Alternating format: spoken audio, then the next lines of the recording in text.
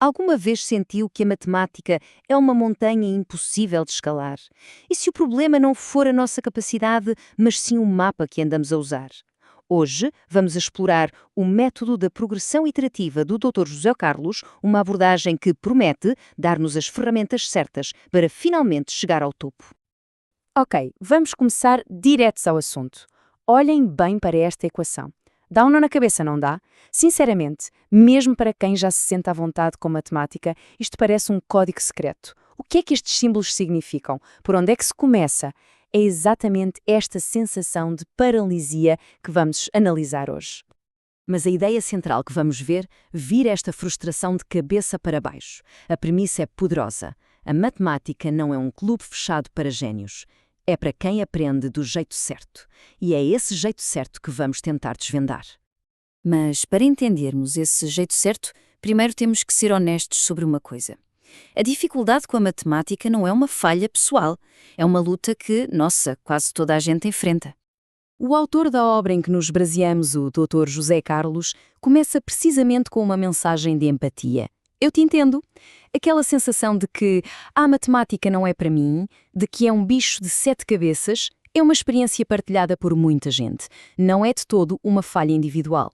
E segundo a fonte, a culpa não é de quem estuda. A dificuldade vem de obstáculos bem reais. Pensem bem, aulas que parecem intermináveis, o malabarismo para conciliar trabalho e família, exercícios que mais confundem do que ajudam e, claro, aquela pressão enorme para decorar um monte de fórmulas sem sequer perceber o porquê. Soa familiar? Não soa? Então, se o problema não está na nossa capacidade, onde é que está a chave para virar o jogo? A resposta, curiosamente, está escondida na própria natureza da matemática. E aqui veio o pulo do gato. O grande ponto é este. O conhecimento matemático é cumulativo. É como construir uma parede de legos. Não dá para pôr a peça de cima se a de baixo não estiver lá, bem firme. A fonte que estamos a analisar usa uma metáfora que é, olhem, perfeita para isto. É como construir uma escada. Cada novo degrau tem que se apoiar com toda a segurança no degrau anterior. E é aqui que mora o perigo. Tentar saltar um degrau, mesmo que seja só um, já era. Fica impossível chegar lá acima. É exatamente neste ponto que a maior parte das pessoas bloqueia, fica ali a patinar sem perceber porque não consegue avançar. Então, como é que se conserta esta escada partida? É precisamente para isso que foi criado um método da progressão iterativa. E o mais interessante é que, na sua essência, o método é surpreendentemente simples. Basicamente, resume-se a 2 passos. Primeiro, pega-se no tópico que se quer aprender e identificam-se todos os degraus anteriores que o suportam. E segundo, que é a parte mais importante, ser muito honesto e perceber quais desses degraus ainda não estão 100% firmes. Portanto, a definição é clara. É um processo de voltar atrás.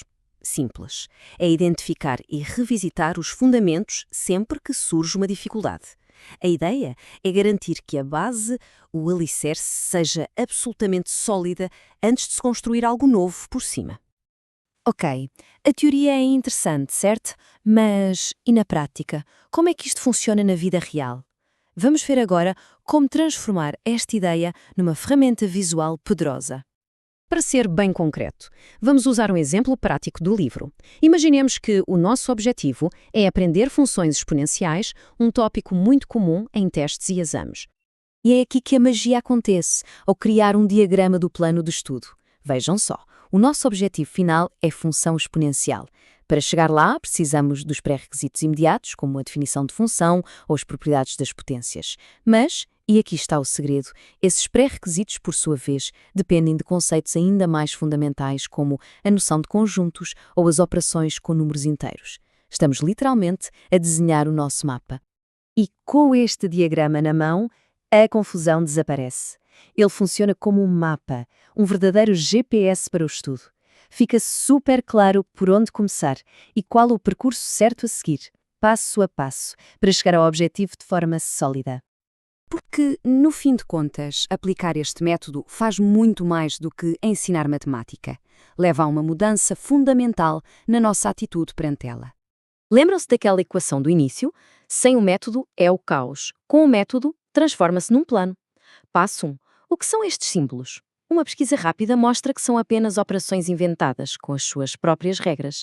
Passo 2. Perceber as regras. De repente, com as definições claras, a confusão vai-se embora e o caminho para a solução fica visível. O problema não mudou, mas a nossa abordagem, essa sim, mudou completamente. E este é o verdadeiro poder desta abordagem. Não se trata apenas de uma técnica de estudo. Ao fornecer um caminho claro para superar qualquer obstáculo, o método constrói uma nova mentalidade. Uma mentalidade de confiança, de controlo e de autonomia na aprendizagem. Isto deixa-nos a pensar, com esta nova ferramenta para mapear o conhecimento e preencher as lacunas, qual é aquele monstro da matemática, aquele tópico que sempre nos assustou, que agora, com o mapa certo, poderia finalmente ser conquistado.